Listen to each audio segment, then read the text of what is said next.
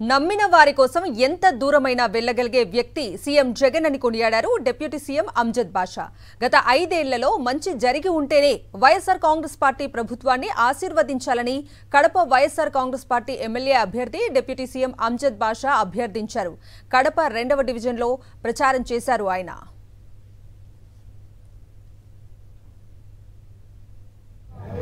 ఇది గమనించాలి.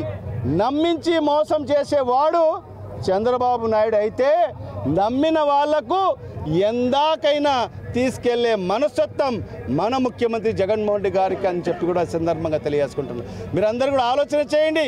మరి ఈ సార్వత్రిక ఎన్నికల్లో మనసున్న ప్రభుత్వానికి, మనసున్న నాయకుడికి మరొక్కసారి మన ముఖ్యమంత్రి చేసుకుంటే మనందరి భవిష్యత్తు ఉజ్వలంగా ఉంటుంది, మన పిల్లల భవిష్యత్తు ఉజ్వలంగా ఉంటుంది.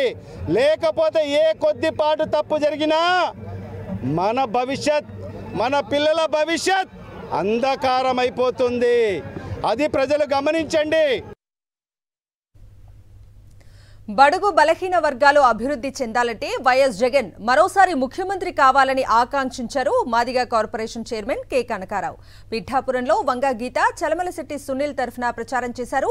ఎస్సీ, ఎస్టీ, బీసీలకు అధిక సంక్షేమ పథకాలు అమలు చేసిన ఘనత వైఎస్ఆర్సీపీదే అన్నారు. చంద్రబాబు హయాంలో 4గురికి లోన్లు ఇచ్చి దళితులను నమ్మించి మోసం చేశారని మండిపడ్డారు. యావత్ ప్రజానీకానికి మేము చేసే విజ్ఞప్తి ఏంటంటే, మరోసారి ముఖ్యమంత్రిగా జగన్మోహన్ రెడ్డి రేపించడం ద్వారానే పేద బడుగు బలహీన సంక్షేమానికి, అణగారిన వర్గాలకి సామాజిక న్యాయం, సంక్షేమం జరగాలంటే మరోసారి జగన్మోహన్ రెడ్డి పరిపాలన కొనసాగాలని చెప్పేసి కోరుకుంటా ఉన్నాం.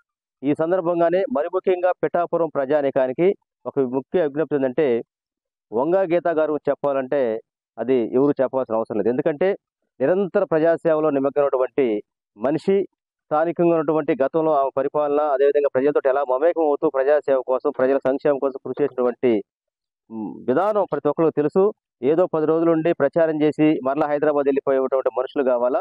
ప్రజల్లో ఉంటూ ప్రజల కోసం పనిచేసేటువంటి వాళ్ళు ఇక్కడ స్థానికంగా ఉంటే ఎలా ఉంటుంది అనేటువంటి భావాన్ని కలిగి గుర్తిరిగి వంగ గీత గారి విజయం కోసం కృషి అని చెప్పేసి మేము పిలుపునిస్తా ఉన్నాం.